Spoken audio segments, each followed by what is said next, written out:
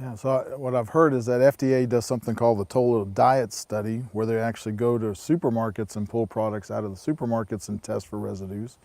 And then Food Safety and Inspection Service does the residue monitoring program where they sample meat from carcasses at packing plants. And you're telling me that they haven't ever really found any issues in any of the meat in the samples that they've been able to receive. That's true. The safeguards that are in place from the industry standpoint and our conscious effort to make sure nothing gets into the food chain, it was kind of validated through that process. And FSIS, I may have misstated that FSIS is the one that does all the tissue sampling, as you stated.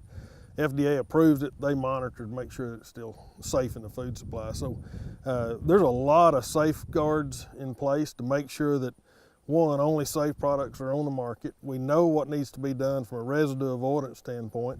We have places in programs in place across the industry to make sure that we follow those guidelines and we know what they are and we educate producers on what they are. And then as we get closer and closer to that consumer, the safeguards and checks actually get more intense.